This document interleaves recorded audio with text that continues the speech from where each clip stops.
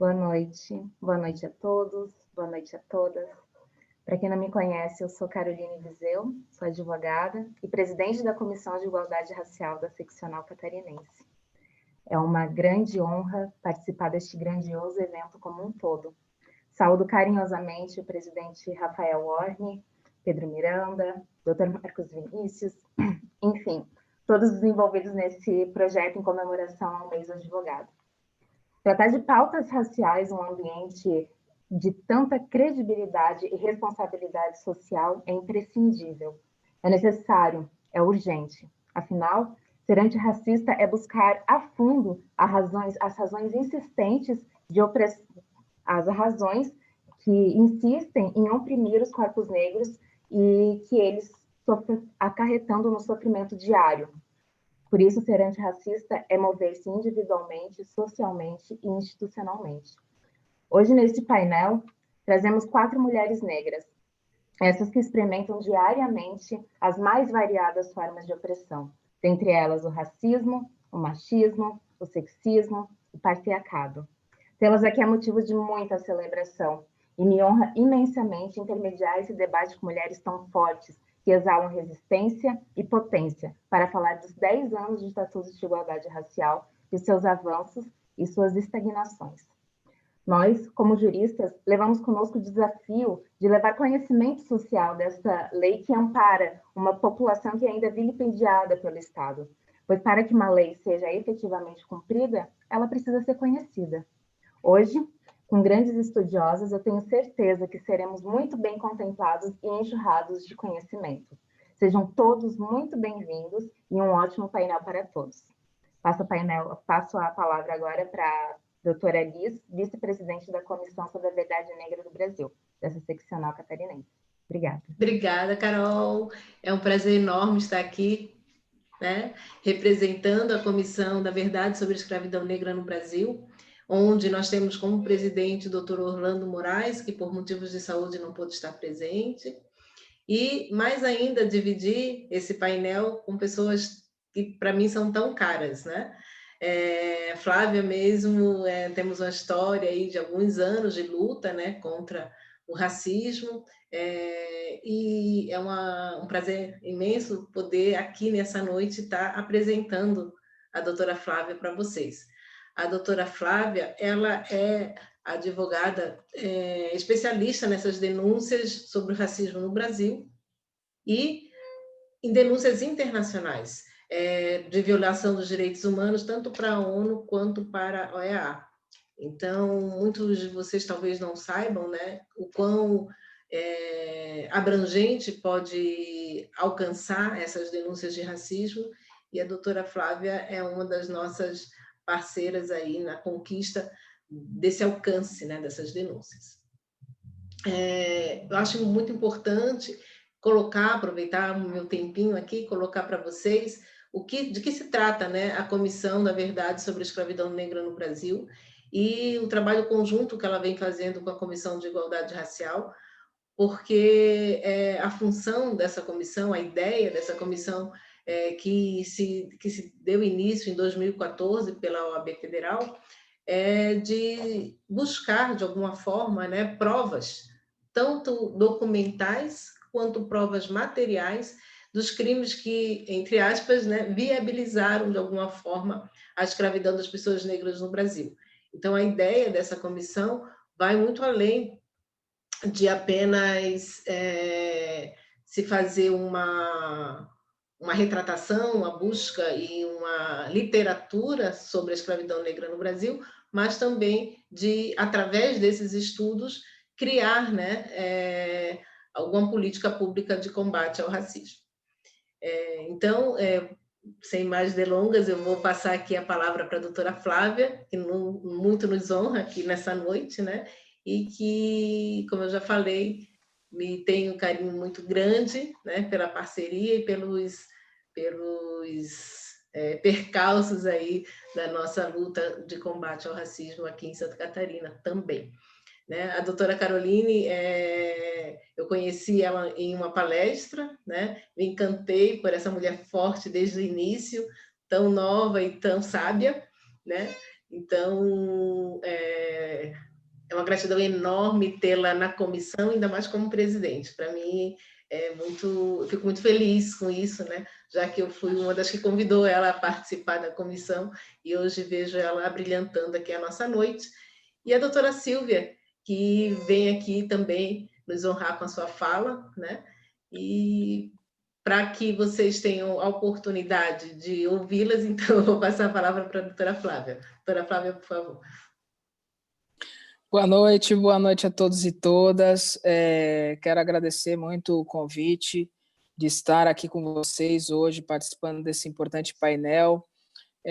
Quero agradecer a confiança do nosso presidente, o doutor Rafael, em poder participar desse mês da advocacia da OAB de Santa Catarina. Quero parabenizar tanto a Comissão de Promoção de Igualdade Racial quanto a Comissão da Verdade Negra sobre a Escravidão por aceitar esse desafio, né? E, principalmente, né, por cada vez mais trazer novos advogados, novas representações de advogados negros e negras para essas comissões, para que a gente possa fortalecer também esses importantes assuntos e, principalmente, o combate ao racismo, né, através do Poder Judiciário. Então, eu não conheci ainda pessoalmente a doutora Sílvia, mas é um prazer tê-la também aqui hoje. Vamos poder trocar algumas ideias, né, doutora? E eu vou começar, então, o título, né, da nossa palestra aqui hoje é sobre os 10 anos do Estatuto da Igualdade Racial aqui no Brasil, que é uma lei de número 12.288, do dia 20 de julho de 2010, então, recentemente, fez 10 anos, né? E já começo dizendo que essa lei, para que ela fosse aprovada, né, publicada, sancionada, ela levou quase 10 anos tramitando no nosso Congresso Nacional. Essa lei surge a partir de uma movimentação do movimento negro, né, no Brasil, das instituições que atuam com o combate ao racismo já de longa data e que impulsionaram a criação desse compilado que eu vou chamar de uma grande carta de intenções, né? É uma lei, mas que vocês, ao longo da nossa conversa, vão perceber que essa lei ela tem, sim, alguns artigos específicos e que tratam de um direito bastante objetivo, mas também ela é uma, como eu chamo de carta de intenções, porque muitos dos artigos e muitos dos dispositivos que estão aqui compilados, eles não criam uma obrigação real para o Estado, né? Mas sim dão um indicativo daquilo que se propôs o Estatuto, né? Que seria a diminuição da desigualdade em razão da raça, né? Em razão da cor, da etnia das pessoas. E aí o primeiro ponto, eu dizia que levou quase 10 anos de tramitação no Congresso. E por quê? Porque dentro do Estatuto estavam previstos alguns artigos que eram bastante polêmicos para a sociedade na época e, infelizmente, ainda o são, né? Nós tínhamos já lá, vamos colocar 20 anos atrás quase, quando se começou a elaborar o Estatuto, a intenção de uma reparação para a população negra em razão dessa desigualdade gerada desde a época da escravidão, né? Vale lembrar, para aqueles que não têm essa informação, de que pós a escravidão, né, que no Brasil durou quase 400 anos, não houve nenhuma política pública de compensação da população negra pelos danos causados pela escravidão. Aí, além disso, não houve nenhuma política pública que impulsionasse a população negra, que naquele momento, há 130 e poucos anos atrás, iniciava ali a sua vida em sociedade enquanto cidadão da estaca zero, né, ao passo que o restante da população já vinha de uma vantagem de 350 anos. Né? Então, o objetivo desse estatuto era diminuir essa desigualdade. Ele vem tardiamente, mas ele tem essa intenção.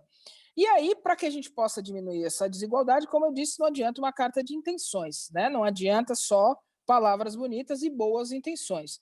O que a gente precisa de ações proativas e objetivas para que a gente supere determinadas desigualdades dentro do mercado de trabalho, na educação, com relação ao acesso à moradia digna e assim por diante. E aí, com relação a isso, esses artigos polêmicos, né, que impediram a promulgação dessa lei com mais celeridade, por exemplo, era o artigo que tratava das cotas, as cotas no serviço público, as cotas na educação e as cotas, inclusive, nos meios de comunicação, né? Coisa que nós não temos até hoje. O que seriam essas cotas no meio de comunicação, né, na televisão e filmes, né? Seria a presença, ou melhor, mostrar a diversidade étnica brasileira nas peças publicitárias, nos programas de TV, nos filmes e etc.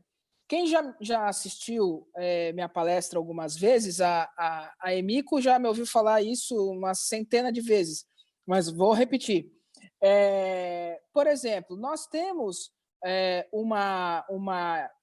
um conhecimento, né, a respeito de várias figuras dos Estados Unidos, né, norte-americanas, negras, que são referências nas mais diversas áreas, no judiciário, no entretenimento, na política.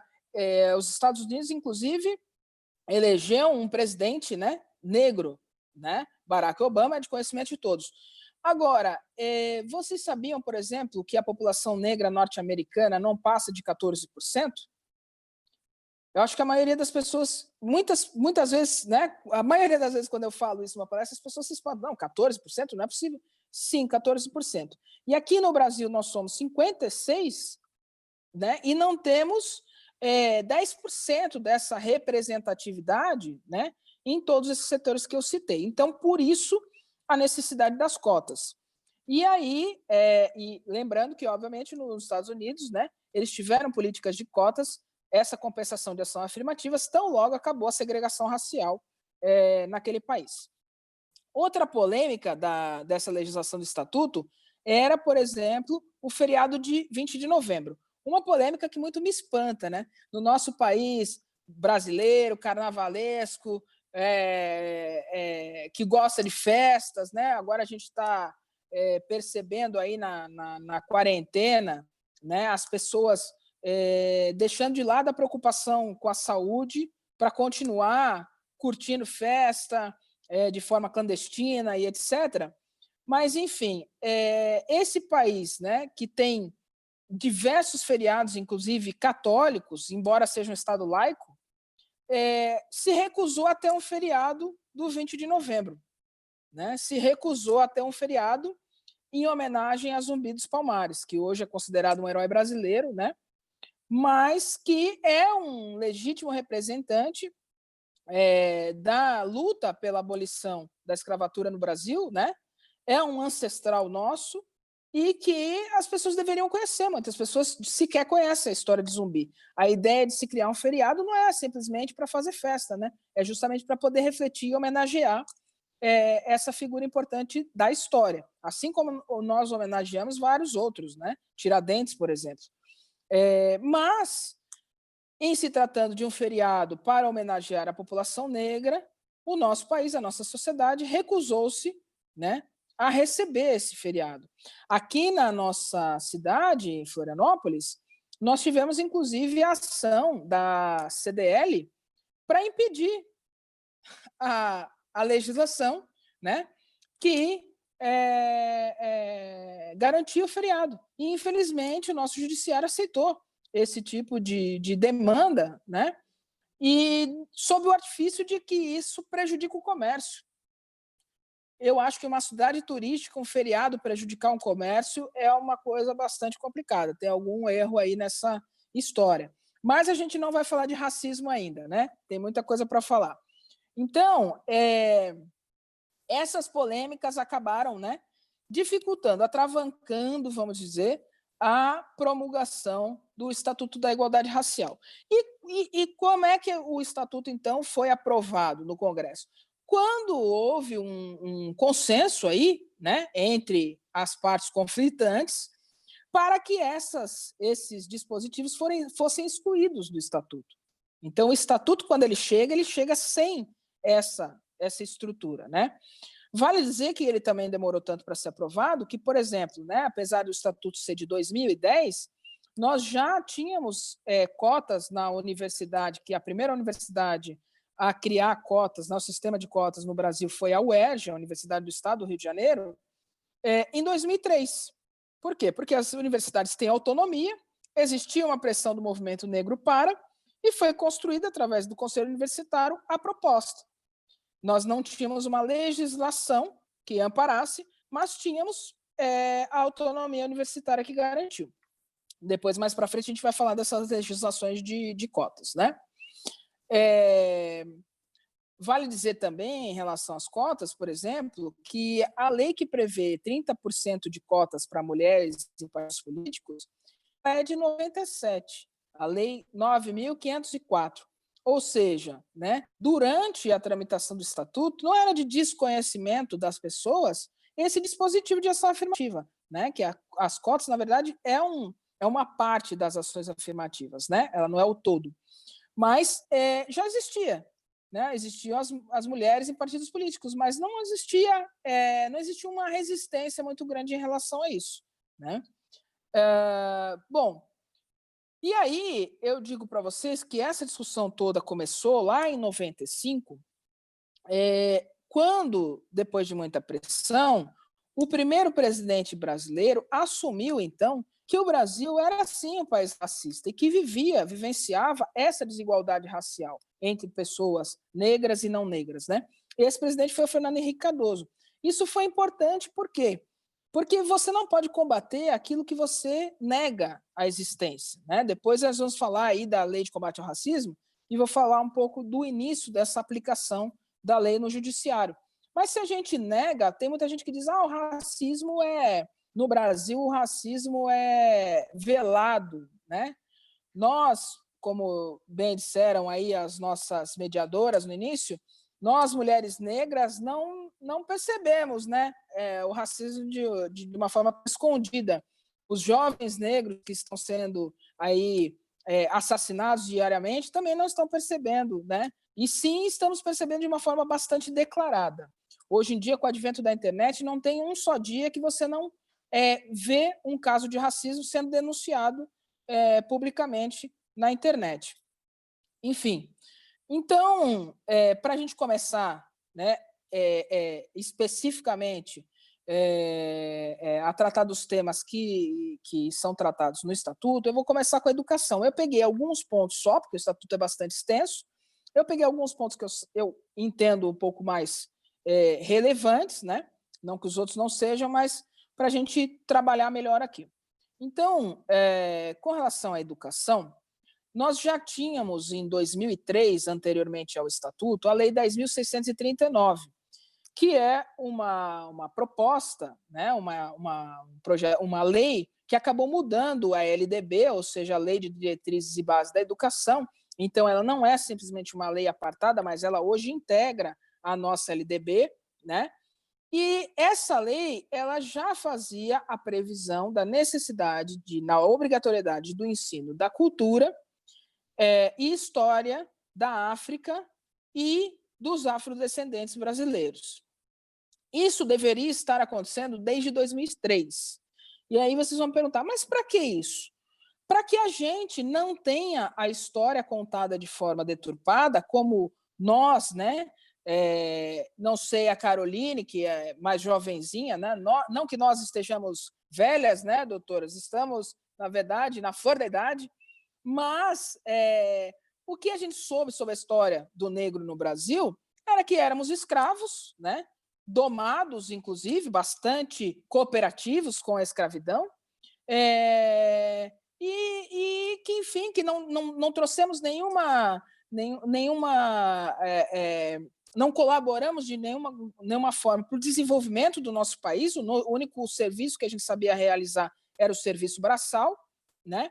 E era essa a limitação intelectual da população negra no Brasil. E isso, para uma criança negra, é devastador, né? Isso, para a construção da identidade de uma pessoa, é devastador. Então, nós precisamos, né? Ainda precisamos, porque ainda não se tem isso implementado de forma efetiva, garantir que a história seja contada de forma correta, né? Eu sempre digo isso também nas minhas palestras, mas uma coisa que eu repito. Muita gente não sabe que o Egito fica na África, né? Porque o Egito é trazido nos filmes com aquele glamour, é muito ouro, é um negócio que ninguém entende como é que construíram as pirâmides, é muita tecnologia, é o embalsamento, etc. É uma coisa que todo mundo fica fascinado. Mas quando trouxeram essa história, através dos filmes, até livros, etc., ninguém conta lá, nem na notinha de rodapé, que eles eram negros, né? Inclusive tem vários filmes da Cleópatra que têm olhos azuis, não é isso? Enfim, então, isso, né, faz com que a nossa história seja deturpada, né, e que não seja contada de forma correta, e que as pessoas acreditem que a população, cria um estigma, né, que a população negra não trouxe nada de bom, né, que a África não tem nada de bom para oferecer para o mundo, né, sendo que o mundo, né, cientificamente já foi comprovado que nasceu na África. Mas, enfim, voltando aqui para a nossa lei, o Estatuto em relação à educação, já existia essa legislação que eu coloquei para vocês, e ele traz alguns adendos, né, que foi o quê? A formação continuada de professores, né, para que seja possível a aplicação dessa lei 10.639, ou seja, é claro que no momento que você muda a LDB, você precisa fomentar ali, garantir que os professores tenham conteúdo para trabalhar esse material. Além disso, o fomento a pesquisas de pós-graduação a respeito da questão racial, a respeito da história quilombola, né, para que a gente também tenha mais elementos para que seja trabalhado na educação. Além disso, programas de extensão universitários voltados para a juventude negra, para garantir que a juventude negra tenha acesso às novas tecnologias, né? Então, esses foram os advendos do Estatuto em relação à educação. E um ponto importante, que é o artigo 15, que diz: o poder público adotará políticas de ação afirmativa. Só que ele diz isso e ponto. Ele diz isso e não explica. Que políticas são essas? De que maneira vai adotar? Em que tempo? Em que prazo? É só fica um pouco no ar ali, né? Mas isso abre, né, espaço para que outras legislações possam ser construídas, né, com a previsão de que a ação afirmativa em si, ela já está aprovada. Ou seja, nós podemos pensar quais os mecanismos de ações afirmativas que nós vamos construir, mas a ação afirmativa está garantida na legislação.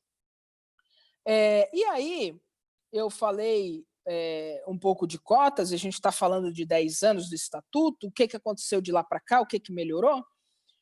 E aí, o que melhorou? Aí eu vou contar para vocês uma coisa que piorou.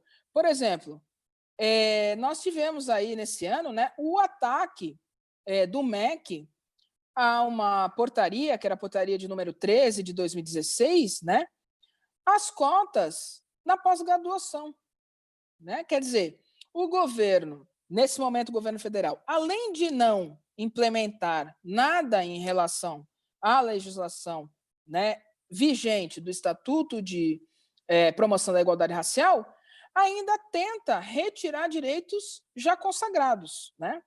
E aí vale fazer uma ressalva para a gente entender que, principalmente quando a gente trata desses temas onde existe resistência na sociedade, em alguns setores da sociedade, inclusive por conta da discriminação, nós temos que garantir através de lei. Por quê? Porque portaria se revoga com facilidade, decreto se revoga com facilidade, né? Nós precisamos garantir que seja feito através de lei. E aí, apesar de no Estatuto estar lá que nós tínhamos possibilidade de ações afirmativas, apesar de já existirem iniciativas nesse sentido, precisou sim vir a lei de cotas nas universidades a Lei 12.711 de 2012 e a Lei de Cotas no Serviço Público 12.990 de 2014. Em relação, por exemplo, à Lei de Cotas nas universidades, quando essa lei surgiu, né, por exemplo, a universidade nossa aqui, a UFSC, Universidade Federal de Santa Catarina, já implementava cotas há muito tempo, né, através da nossa mobilização do movimento negro, impulsionando a reitoria junto ao Conselho Universitário para essa implementação. Então, quando a lei chegou, eles já estavam quase na meta desejada pela legislação em relação à partilha das vagas na universidade. Vê como é bom a gente se adiantar, né? Enfim. E aí, mesmo com toda essa discussão, mesmo com a legislação aprovada, nós tivemos aqui uma ação direta de inconstitucionalidade em relação às cotas e que foi preciso, né, chegar, né, na nossa Corte Maior essa discussão da constitucionalidade ou não das cotas, né? Então, quer dizer, aquela regra do tratar os iguais como iguais e os desiguais como desiguais não estava compreendida por uma parte das pessoas. E aí precisou o ministro, eu vou ler um pedacinho aqui, né?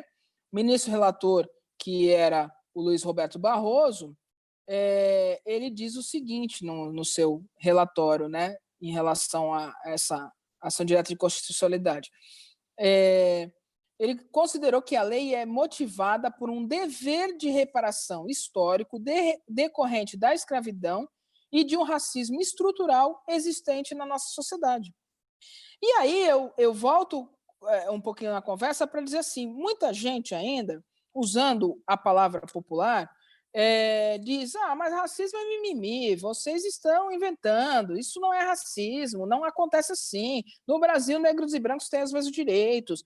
Se você quiser, você vai vencer, né?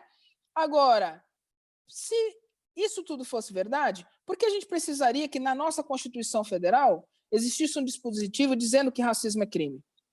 Por que nós precisaríamos de um Estatuto da Igualdade Racial dizendo que as pessoas negras têm que ter a mesma igualdade de oportunidades, né? Então, nesse momento, o Estado, através, na verdade, o Legislativo, ele reconhece essa desigualdade e ele reconhece o racismo, né? Senão, a gente não precisava desses dispositivos. Quero dizer também, para encerrar a conversa sobre cotas, que aqui na nossa cidade de Florianópolis, nós temos uma lei de cotas no serviço público. Muitas pessoas não sabem disso. Essa lei foi promulgada no ano de 2016, ela é relativamente recente. Ela é uma lei complementar de número 586/16, né? E ela estabelece 20% de vagas de cotas reservadas para negros no serviço público aqui do município de Florianópolis, né, para todos os concursos.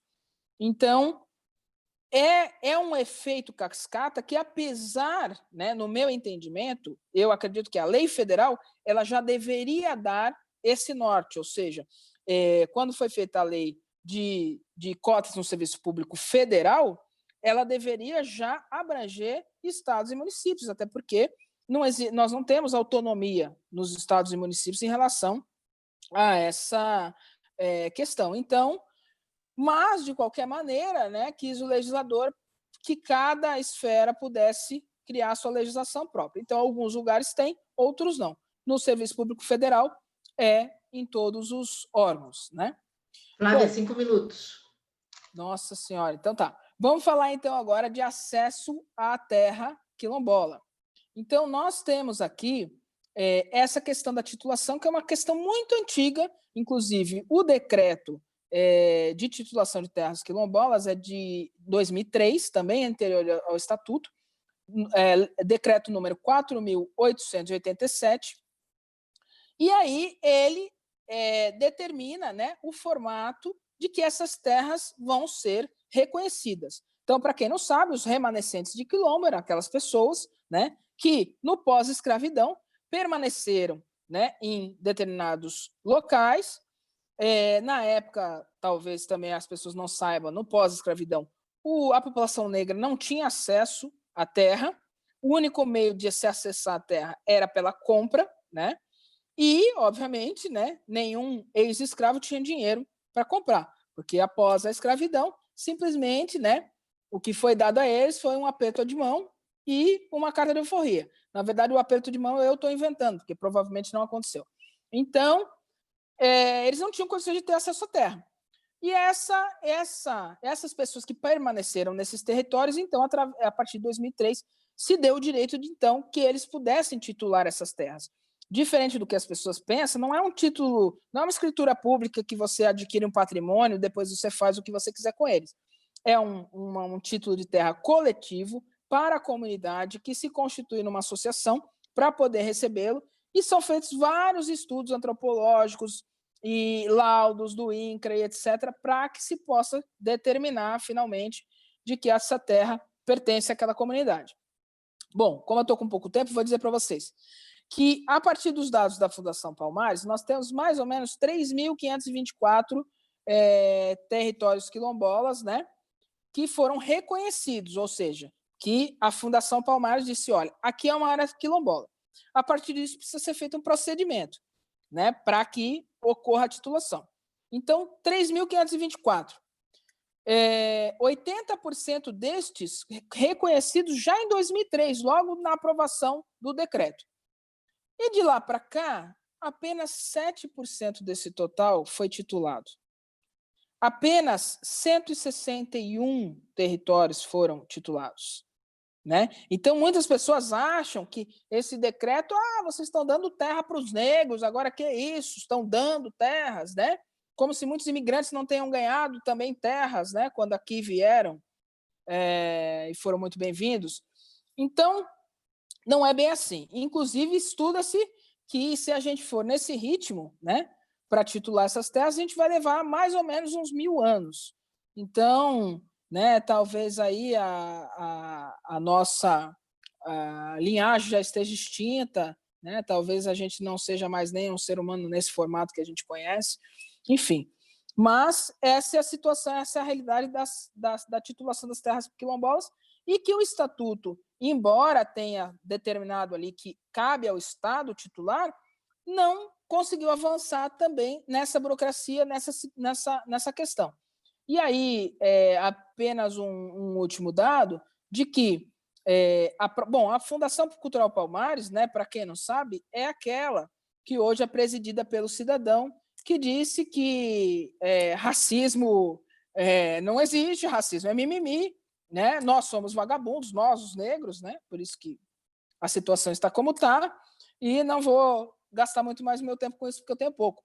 Mas, com relação a essa questão, então, da titulação, nós não estamos avançando, nós estamos regredindo. E aí, no ano de 2019, nós tivemos uma redução do orçamento para a titulação de territórios quilombolas de 93%. É impossível. Não adianta a gente ter uma legislação que ampare se o Estado não cria condições e não garante recursos para a execução da lei, né? Então, como eu disse, uma grande carta de intenções, mas que a gente tem dificuldade de transpor os obstáculos porque depende da boa intenção de alguém, nesse caso específico, do executivo, né?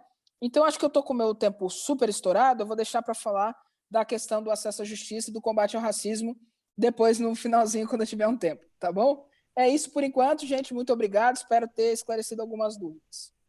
Gratidão. Obrigada, Flávia, foi um grande ensinamento toda a tua fala.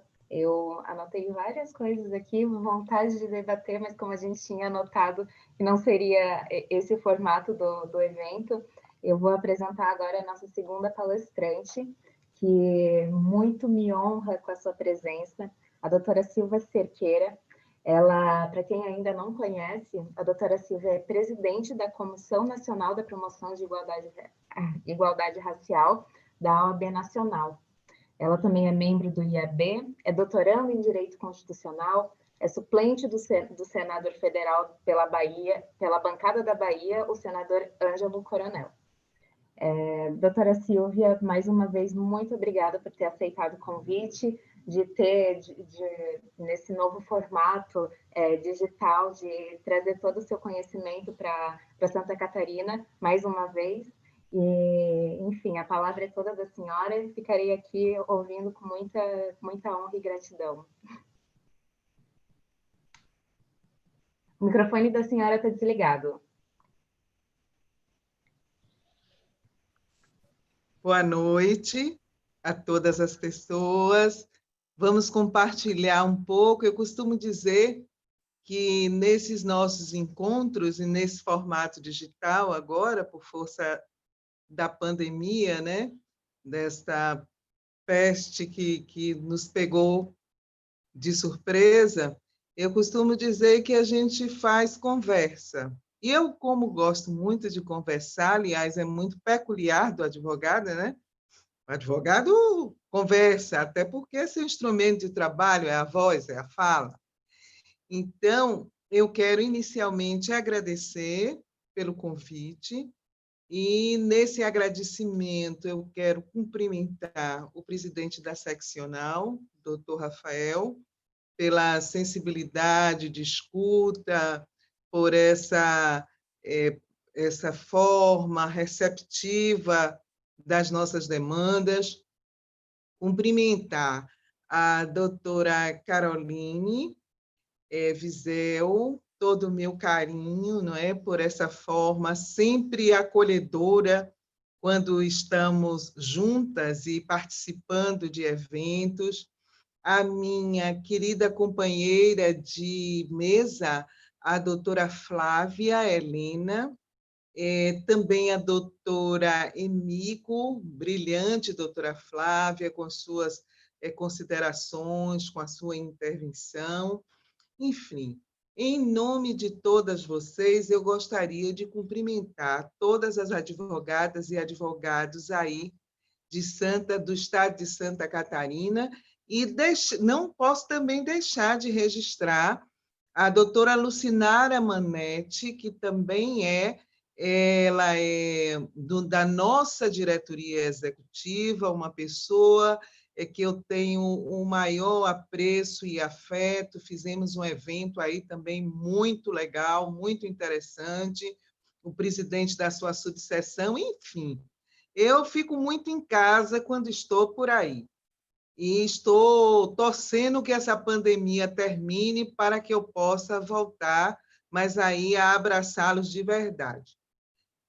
Vamos deixar de delongas, não é? Porque, como eu digo, o advogado fala, mas eu quero destacar que esse tema proposto, né, com a expressão que eu achei muito interessante, em 10 anos do Estatuto da Igualdade Racial, e o eficiência, é isso? Pronto. Eu vou dizer de logo que eu prefiro a segunda parte. Eu prefiro... Doutora Flávia está rindo.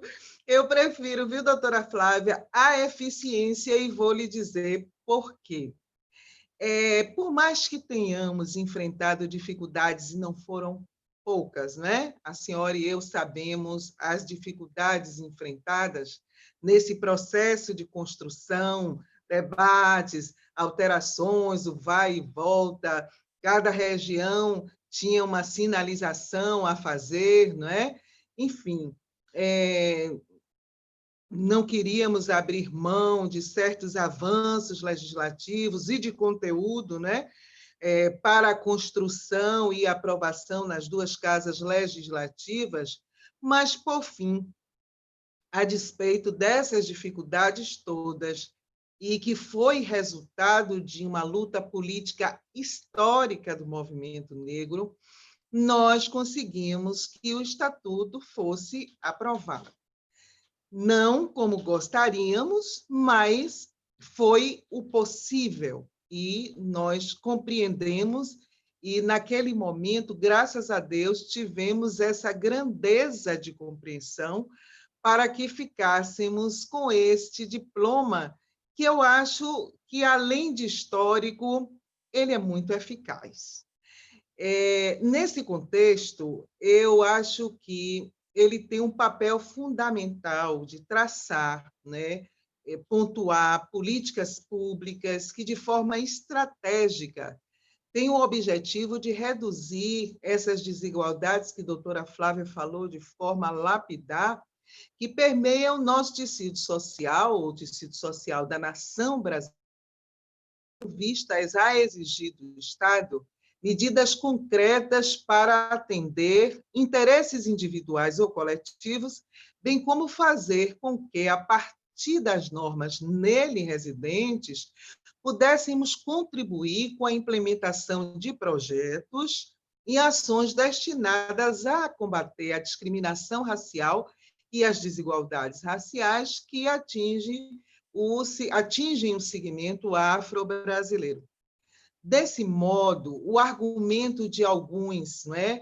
E aí eu vou pedir licença à doutora Flávia, no sentido de dizer que é um texto, é um compromisso simplesmente legislativo, sem qualquer característica de coerção, numa visão assim mais ampla,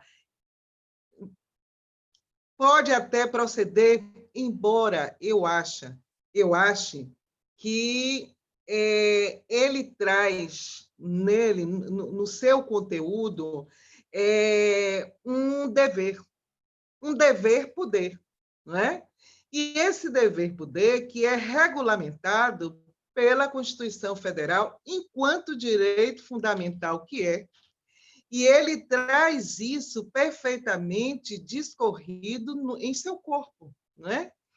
Então, ele traz na Constituição, em razão do parágrafo 2º do artigo 5º, né?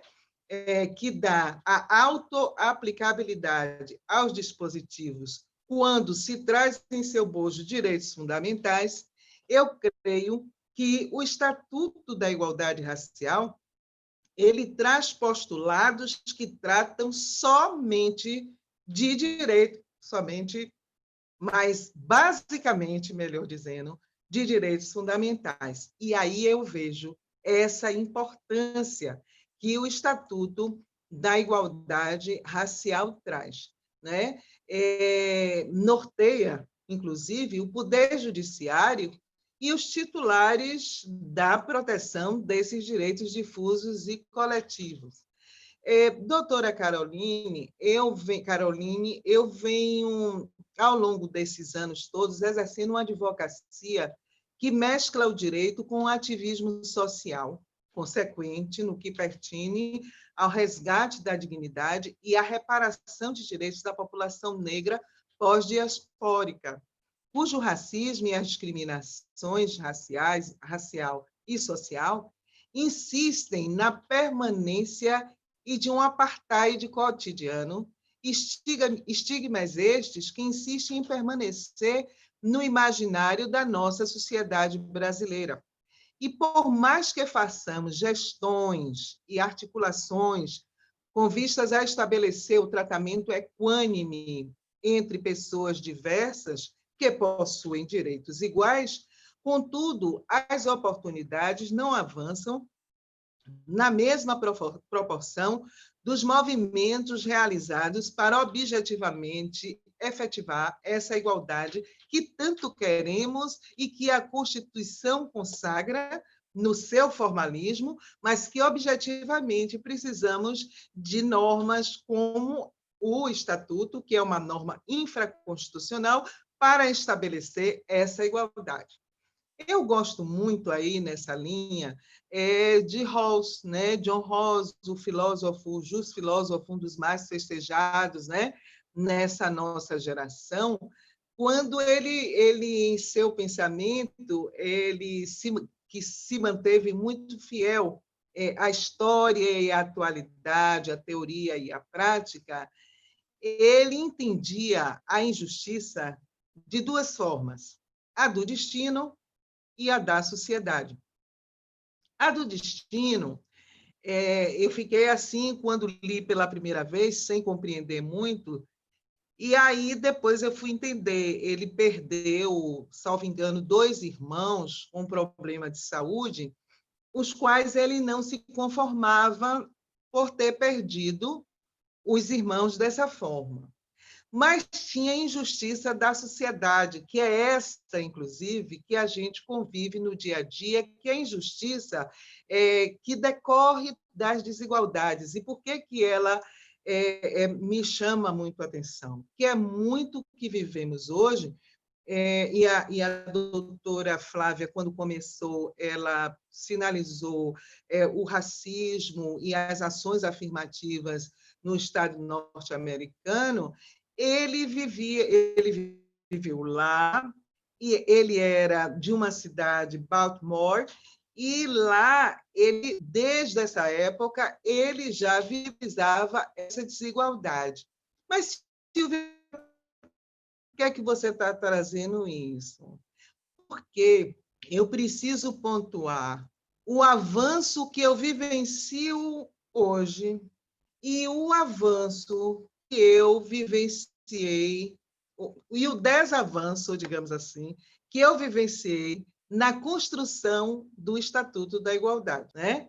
Então, hoje, eu creio que, com todos os defeitos, com todas as dificuldades, ele tem uma efetividade prática, né?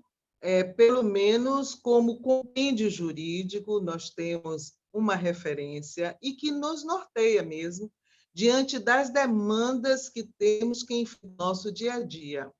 E aí eu chamo as colegas, me avise o tempo, porque eu realmente eu falo e eu sou assim lenta, enfim, vá me dizendo, tá? Eu quero fazer aqui uma breve digressão. E de que forma? Eu acho que nós temos alguns construtos normativos que nós precisamos nos apropriarmos, não é? Porque, assim, a gente vê que tem eu diria, uma juventude efervescente de juristas negras, e que eu acho fantástica, mas a gente precisa muito ter a produção acadêmica, ela não pode parar, entendeu, doutora Carolina? Mas, em contrapartida, nós precisamos nos debruçar no que já temos, né? Precisamos debruçar no Estatuto, e não só no sentido de assimilação, mas também no sentido de ensino, sobretudo para aqueles colegas que estão em sala de aula. E é por isso que eu digo, como a doutora Flávia Helena pontuou muito no Estatuto a questão da educação, eu tenho assim buscado muito, junto à OAB, fazer com que as ESAs, né, tragam essas disciplinas, esses instrumentos normativos, né, para que os advogados, não só os negros, mas negros e não negros, se apropriem, estudem e retirem deles, né, o que há de melhor para o embate das nossas lides, das nossas demandas no nosso dia a dia, né? Então, assim, eu acho que esse estatuto, ele como construto de acervo legislativo, advindo dessas demandas, especificamente do nosso segmento, em razão de, ao longo da nossa história, né, da nossa existência histórica, vir sofrendo reiterados ataques preconceituosos, discriminatórios e até mesmo racista, em razão de caracteres fenotípicos, culturais, religiosos, dentre outros, da nossa própria ancestralidade, né? Nós precisamos nos apropriarmos das normas, não só do que está descrito na Constituição Federal, que tão bem pontuado por doutora Flávia, mas também desse arcabouço normativo infraconstitucional. Eu gostaria ainda de dizer que, com esse sentimento, essa parcela da sociedade de negros e negras a que me referi, é momento de nós exigirmos do Estado, né, o Estado e o Estado juiz também, a observância dos objetivos que trazem esse estatuto, no sentido de conseguirmos implementar a implementação do bem comum, não é? Visando primar pela manutenção da ordem e a administração dos bens e serviços essenciais à vivência digna do ser humano, que fatalmente cabe a ele, Estado, promover essas ações voltadas para uma crescente melhoria de qualidade da vida. E aí, nessas normas infraconstitucionais, eu trago, além do Estatuto, a nossa Lei CAO também, que foi um marco para nós, né? E que a gente sabe que muitos, inclusive, relegaram, né? Eu não sei se ele morreu tendo o retorno que ele tanto construiu e buscou, né, com essa lei. Mas, enfim, eu acho que à medida que o tempo passa, as pessoas vão entendendo o quão importante ela foi no sentido de fomentar a concretização das políticas públicas retratadas no bojo desses dois instrumentos que eu citei. Eu não, porque se deixar eu vou falando, então eu quero já ir caminhando, né, próximo dessa conclusão. Eu gostaria de colocar ou destacar alguns pontos positivos que eu vejo no Estatuto. Primeiro, que eu acho que foi um avanço, né? Avanço até na perspectiva de estarmos hoje numa conferência digital falando sobre ele, pensando e repensando aquela sementinha que nasceu há 10 anos atrás. Eu acho que, olhe, aplauso para o Estatuto, né? Aplauso para o Estatuto, porque ele está reverberando as vozes, as nossas vozes lá de trás, né? As vozes provindas das ruas, das palafitas, dos morros, das periferias, né? Ele foi uma resposta também aos movimentos sociais, também não, muito dos movimentos sociais, né?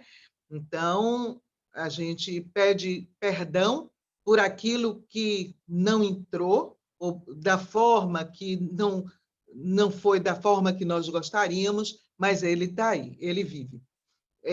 Ainda, o argumento de que ele é um texto sugestivo, isso eu já disse, né? Ele nos remete aos deveres do Estado, regulamentando a Constituição Federal e definindo que postura o Estado com relação à proteção e promoção dos direitos dos afro-brasileiros. O outro ponto, eu, lamentavelmente, não vou poder esperar a doutora Flávia, mas vou ter que falar do acesso à justiça, que é um tema que muito me é caro, né? E eu tive a semana passada, inclusive, comentando um pouco acerca disso, porque eu acho que o acesso à justiça, como ele vem, não é, já sinalizado, né? Ainda que porque também é um direito fundamental, acesso à justiça, é um direito constitucional. Nesse ponto, eu gostaria de destacar, mais uma vez, a nossa vulnerabilidade, né? E esses artigos que fazem remissão ao acesso à justiça, atribuindo ao Estado a tarefa de estimular as instituições jurídicas, realizar estudos e apoiar ações com vistas à promoção da igualdade e combate ao racismo e intolerância religiosa, isso na nossa avaliação, de suma importância. E aqui também eu quero destacar que esse acesso à justiça ele também é um desdobramento do inciso 55 do artigo 5º, né? Mas não me aterei muito nesse comentário aqui do artigo, né? Para que possamos avançar um pouco, embora não gostaria de, nesse particular, nesse artigo, me ater ao ônus e encargos do patrocínio de uma causa na justiça para pessoas que podem pagar, né? Para outras pessoas, mas sim dispensarei, claro que só serve, só se enquadra para quem não pode pagar, mas quero dispensar um olhar, o que eu quero dizer, para as pessoas afro-brasileiras, as pessoas negras, aquelas que estão naquela condição nos piores índices, né? Que a gente sabe o quão difícil é acessar a justiça para quem pode, quanto mais para quem está nessa situação de vulnerabilidade que nós sabemos que nossos irmãos e irmãs negras estão. Assim, eu vejo como o primeiro obstáculo para os menos afortunados a condição, além da condição socioeconômica, que na maioria das vezes implica no próprio desconhecimento da própria estrutura de justiça existente em nosso país, eu quero dizer que, aliado a isso, vem o próprio afastamento das pessoas a essa estrutura de poder. Eles, em razão de desconhecerem os direitos mais elementares, eles cada vez mais se afastam desse Estado, e esse Estado que a gente chama Estado, um Estado, inclusive, que às vezes não dispõe de profissionais suficientes para recepcionarem as demandas dessa população e por razões diversas, né? Porque eles também têm as suas razões, mas o que importa é que essa é uma responsabilidade, é um dever do Estado. Embora esse direito de acesso a todo cidadão e da justiça necessita, ele está esculpido desde as ordenações filipinas, portanto, desde 1603, com todas as suas dificuldades, tanto elas como as manuelinas e as afonsinas, todas elas impregnadas do racismo e do colonialismo português, contudo, trouxe coisas que efetivamente fizeram com que houvessem pequenos avanços na assistência, ou melhor, assistência judiciária, no acesso à justiça. Então, quando o legislador conferiu ao Estado a ação tripartite de estimular as instituições jurídicas, realizar estudos e apoiar ações com vistas a promover a igualdade, ao combate ao racismo e à intolerância, ele avançou... Doutora Silvia. Certo, estou concluindo. Avançou no sentido de não deixar o cidadão adstrito à sua própria sorte, determinando que o acesso fosse compartilhado pelas instituições competentes, primando pela cientificidade e tecnicidade suficientes para conferir a cada um o que é seu por direito, aquilo que é justo, correto e bom. Nesse item, eu faço recorte nas legislações, cujo estudo me debrucei quando contribuí com o artigo nesse sentido, em comentários ao Estatuto da Igualdade Racial e Combate à Intolerância Religiosa do Estado da Bahia. Mas, mais uma vez, em razão da nossa finalização, eu não vou poder dizer aqui algumas coisas que eu achei, ou melhor, que acho de suma importância, porque é muito coincidente com a lei que nós estamos a discutir. Enfim, o que eu quero, concluindo, dizer que, se não contemplou em tudo, né? E nós sabemos que o nosso seio era bem maior do que a legislação que nós temos. Importa é que este acervo que nós temos em mãos é fruto de toda essa história, né, do movimento, como você mesmo disse, foi um debate de mais de 20 anos, né? Nós temos a legislação possível e cabe a nós fazer desta legislação uma legislação eficaz, não é? Eficaz, e enquanto operadores do direito, nós não só temos o entendimento, a informação, mas nós temos a obrigação, porque nós sabemos o manejo da legislação para conseguirmos, dentro dela, aquilo que nós precisamos para o atendimento às demandas do jurisdicionado. Então, com essas palavras, eu quero agradecer o convite, celebrar os 10 anos do Estatuto da Igualdade e dizer que ele é um ponto de partida muito substancial para nos dar ânimo e fôlego para novas construções legislativas, porque nós sabemos mais do que ninguém que somos muito capazes. Então, com essas palavras, eu agradeço o convite e estou aqui à disposição. Se houver algum, eu não sei o formato, se há algum questionamento, nós estamos aqui, tá? Beijo, obrigada, obrigada a minhas companheiras aí. Ai, o celular deu para cair agora. Bom, e obrigada a vocês. Tá certo, doutora Silvia. Muito obrigada pela brilhante fala. Eu aproveito aqui para fazer as minhas considerações e, por enquanto, parece que não tem perguntas no chat, mas eu estou aqui cheia de vontade, né, de questionar algo que não é direcionado nem para a Flávia, nem para a senhora, pode ser qualquer uma das duas que possa responder.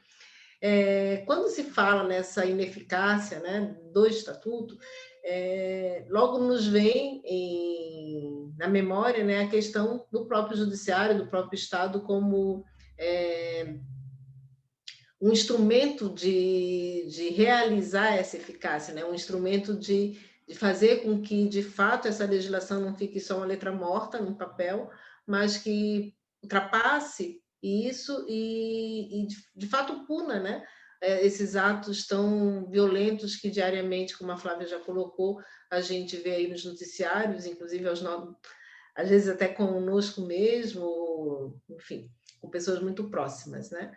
Então, a senhora, que é uma pessoa que vê o Estatuto como algo positivo, a Flávia, que percebe uma certa ineficácia, como vocês poderiam questionar ou falar um pouquinho para a gente sobre como seria, então, o que poderíamos fazer, muito além de nós, operadores jurídicos, insistir, né, como insistimos em peças, em construções de teses jurídicas, para que haja uma sensibilidade tanto do judiciário quanto do setor policial também, né, para que se efetive, talvez a palavra não seja efetivar, né, mas que se cumpra de fato o que está escrito na lei.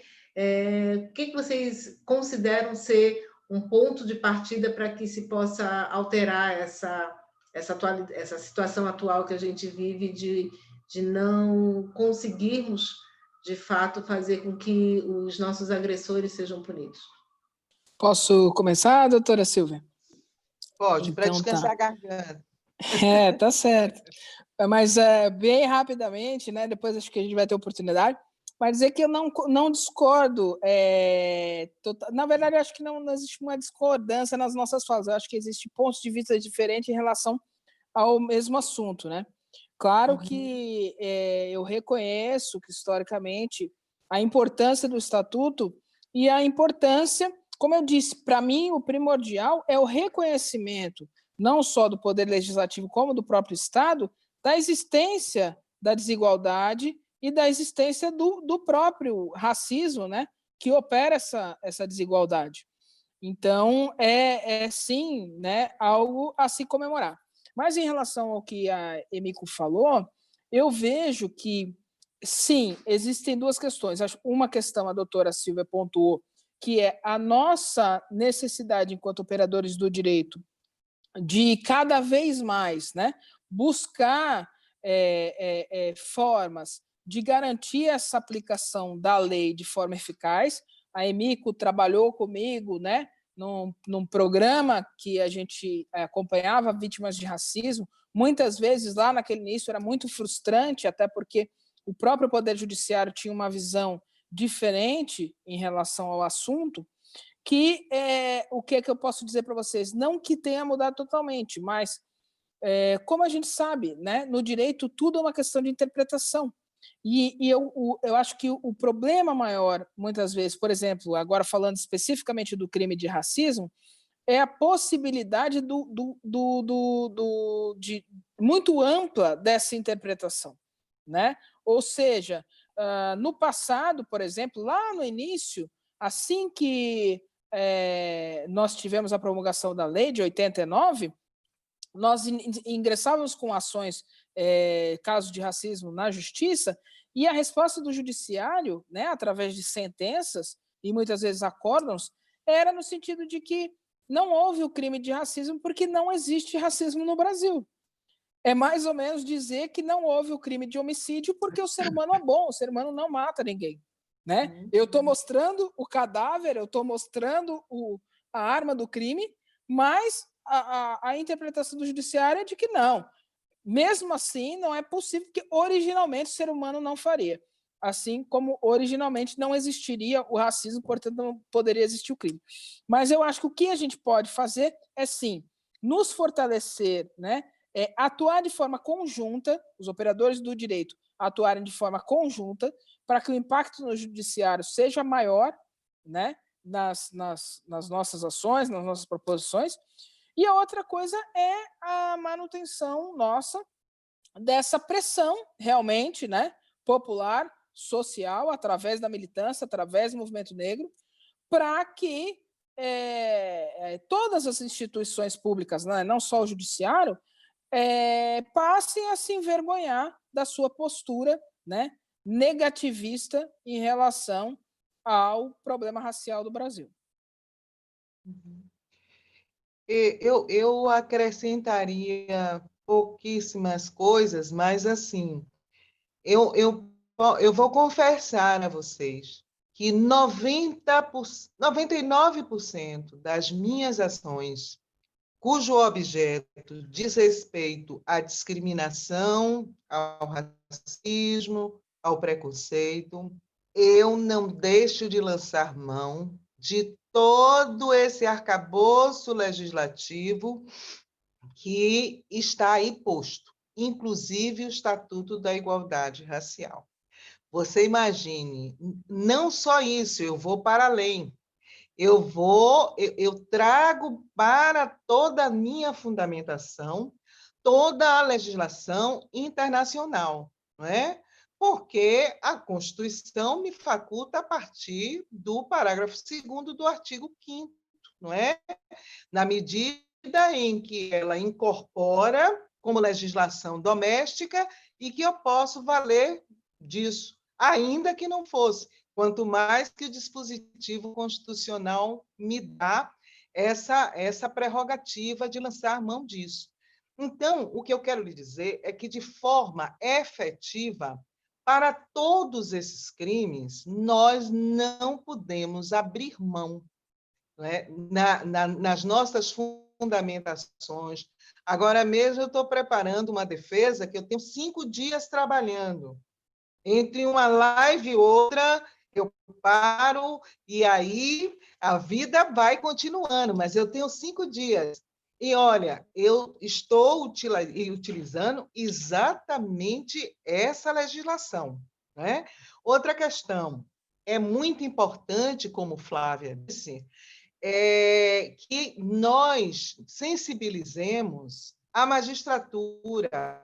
E eu acho que já está acontecendo uma sensibilização muito interessante, inclusive por parte de vários seminários do CNJ, não é? E isso eu vi desde o julgamento da DPF 186 das cotas, quando um dos ministros disseram que havia a necessidade de ser ouvidos movimentos sociais, porque não basta tão somente a interpretação da lei pura e friamente, né? Existe a necessidade do magistrado se amparar na sociologia, na antropologia, na história, né? Sobretudo nessas nossas questões. Então, é preciso que nós continuemos fazendo gestões junto à ENA, porque se nós conseguimos fazer com que eles tenham todo esse aparato do conhecimento para que encampe as nossas, ou melhor, aprecie as nossas demandas com esse conhecimento paralelo, seguramente, quando eles julgarem as nossas teses, eles terão uma nova visão, eles terão uma flexibilidade maior dentro do da norma posta, da normatização posta, no sentido de dar a resposta que, enquanto, como que diz assim, enquanto advogados, não é? Construtores dessas teses, teremos que dar ao nosso jurisdicionado. Então, eu acho que é uma conjugação de todas essas coisas. E olha, Emico, eu uso tudo e tenho tido êxito. Nem sempre, claro, a gente sabe, porque é muito do pensamento de cada juiz, a gente sabe muito disso, mas nós temos tido vitórias, não é? Agora, o que a gente precisa é fazer essa advocacia, e para isso é que nós estamos nos preparando. Ótimo, muito obrigada pela resposta de ambas. É muito bom ouvir, né, que há vitórias, porque o nosso judiciário aqui catarinense está em passos lentos ainda em relação a admitir o racismo. A gente já teve muito mais vantagens assim em entrar com ações no cível, né, com dano moral, dano psicológico relacionado às questões raciais, do que propriamente na esfera criminal, que da maioria das vezes fica o crime reduzido à injúria racial, né? Mas eu agradeço imensamente a oportunidade de estar aqui discutindo um tema tão caro com pessoas tão importantes e que dominam o tema e que nos trazem também com isso um revigoramento, né, para a luta dentro do judiciário. Passo agora a palavra para a doutora Caroline. Foi uma aula, como eu já tinha dito antes, tanto da doutora Flávia quanto da doutora Silvia. Infelizmente, o nosso tempo é curto, a gente não tem como continuar esse debate, muito embora eu adoraria. Eu fiz várias anotações, várias pontuações, porque as falas me contemplaram de uma forma absoluta. O que eu reparo dessa construção histórica que foi inicialmente para a gente conseguir ter o Estatuto de Igualdade Racial com basicamente 10 anos de luta, e depois de 10 anos a gente está aqui celebrando a criação, a instituição dele, ainda me traz a reflexão de que vivemos um looping. O looping de que perceberam que a Constituição Federal não era suficiente para abarcar as demandas raciais. O looping de que o Código Penal não foi suficiente, mesmo com dispositivos normativos que contemplassem os crimes raciais, não era suficiente. Não é suficiente as cotas raciais, não é suficiente, de um ponto de vista, talvez, não querendo discordar do ponto de vista da doutora Silvia, mas de uma forma grosseira de falar. O que a gente vê é que são 10 anos se passaram e, mesmo assim, a gente está trazendo novamente debates raciais e dores de corpos negros que estão sendo violados. A gente vê muito frequentemente a violência policial, a necropolítica estatal, que inclusive é abarcada pelo próprio Estatuto de Igualdade Racial, que diz que o Estado tem que adotar medidas para que isso não seja reverberado.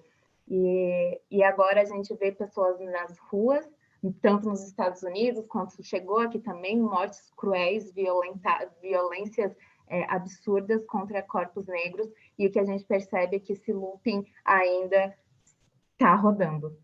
A gente precisa de mais eficácia e eu entendo perfeitamente, concordo em tudo que foi falado aqui hoje, que um dos caminhos é nós, como juristas, se posicionar frente ao que nós defendemos, aos nossos próprios corpos, né? E os corpos dos nossos semelhantes. A gente precisa ter o Estatuto de Igualdade Racial, o conhecimento suficiente, assim como a gente tem do Código de Defesa do Consumidor. A gente precisa ter essa defesa para conseguir avanços jurídicos, sociais, em todas as demandas, enfim, que venham a repercutir nesse âmbito. Então, já não querendo me alongar, eu quis só trazer uma breve reflexão. Acho que a gente pode já se encaminhando para o encerramento. Então, eu vou abrir a palavra agora para a doutora Flávia, que faça suas considerações finais, e depois, em seguida, a doutora Silvia já pode tomar a palavra para que faça suas considerações. Então, novamente agradecer, foi um prazer imenso estar aqui hoje com vocês. Doutora Silvia, é um prazer imenso lhe ouvir, né, e receber esse conhecimento. E eu acho que o que fica para nós todos é isso, é espalhar o conhecimento. Como a doutora Silvia falou, nós precisamos espalhar esse conhecimento não só entre os juristas negros, mas também entre os não negros. Através desse conhecimento, da educação, é que nós vamos diminuir, de fato, essas desigualdades e acabar com as mazelas do racismo. Parabenizar novamente a iniciativa da OAB de construir esse painel e de construir tantos outros, né, que tratam de assuntos muito próximos no sofrimento do que esse que nós tratamos hoje. Hoje mesmo foi feito um painel a respeito da questão da homofobia, né, diversidade de gênero. A doutora Margarete, presidente da comissão, esteve lá nesse painel, e tantos outros, né? Nós precisamos superar isso na nossa sociedade. A legislação, ela nos serve para que a gente possa buscar esse direito, né, quando ele não é espontaneamente fornecido. Mas nós precisamos mudar a mentalidade das pessoas. É isso que nós precisamos no nosso país. E mudar a mentalidade das pessoas é através do conhecimento, da informação, de divulgar essa informação e de construir, né, buscar aliados para essa nossa luta. Nós seguiremos sempre em luta, né? Um prazer imenso, Emico, novamente estar aqui contigo. É um prazer imenso, Caroline. Eu fico muito, muito, muito feliz, né, de te ver à frente da comissão, porque a Emico sabe, né, a dificuldade que foi construir essas duas comissões aqui no nosso estado, e eu fico muito feliz que uma pessoa tão jovem como você, né, tenha tido coragem de enfrentar essa batalha e que esteja fazendo isso de forma tão competente, com tanto carinho e agregando tantas pessoas em torno desse tema. Parabéns, realmente. Muito obrigada novamente, e eu vou estar sempre à disposição da OAB e de quem quiser ouvir a respeito da questão racial. Muito obrigado, boa noite. Então, boa noite. Eu quero agradecer, mas antes de dizer, Caroline, nós convergimos quanto aos corpos negros que quedam a cada esquina, em cada favela. O nosso pensamento é o mesmo. Agora, o que a gente precisa também perceber, e Flávia fechou comigo aí, é que a lei por si só não dá conta. Então, nós precisamos ter essa visão, esse distanciamento, no sentido dessa apropriação, mas ver que a informação, eventos como esse, dessa natureza, e a conscientização, são as cartilhas, são os materiais, não é, para deixar o nosso pessoal informado, né? Trabalhar junto ao Estado para que o aparelhamento ele seja mais eficaz, seja mais presente. Eu acho que essa é uma forma de, na verdade, a gente conseguir minimizar toda essa devastação que nosso povo tem sofrido. Então, com essas palavras, eu reafirmo a minha gratidão ao presidente da seccional por ter essa sensibilidade nessas duas comissões, né? Eu já vou estendendo para as duas. Agradecer a Flávia, minha companheira de mesa, a Emigo, e a você, Caroline, uma gratidão muito especial, porque você sabe da minha admiração pela sua coragem, pelo seu destemor, e por encampar essa luta que é tão nossa, tá? Muito obrigada por tudo e as pessoas que estiveram conosco até esse momento. Obrigada. Eu vou, então, fazer as minhas considerações finais e deixamos para que a doutora Liz faça o encerramento. O que eu tinha para falar, eu acho que eu consegui já externalizar, mas eu venho aqui agradecer em nome de toda a Comissão de Igualdade Racial, a presença da doutora Silvia, a presença da doutora Flávia, que também é membro da nossa comissão e está sempre nos acrescentando com muito conhecimento, enfim, sempre muito precisa nas suas pautas e na sua defesa. É uma honra imensa tê-las aqui nesta noite de muito aprendizado. Então, mais uma vez, agradeço e permaneço à disposição de todas vocês sempre. E é isso. Agradeço também quem ficou até esse momento assistindo a gente. Gratidão, OB, gratidão, Rafael Orne, gratidão, Emico e todos os demais. Obrigada. Então, para não ser repetitiva, né, muito além dos agradecimentos, eu queria fechar com uma ideia que vocês acabaram por passar, né, nas falas de vocês, que muito além da legislação, a educação vai ser um desses instrumentos de eficácia, né, do Estatuto, porque vindo com a educação, a gente vem também com o conhecimento, com a informação, e com o poder, né? O poder do conhecimento leva, talvez, a gente ter um avanço que a gente tanto espera nessa eficácia. Então, aí é um desafio colocado por ambas as palestrantes, né? Aos advogados que estão nos assistindo, aos que estão também na área da educação superior, que é o meu caso, né? De levar aos alunos esse conhecimento, essa informação, e a OAB também, como instituição, a fazer parcerias com políticas públicas, né? Com instrumentos públicos, para que isso também venha a fortalecer a nossa luta. Gratidão a todos, parabéns pelas falas, agradecida. Boa noite. Legal.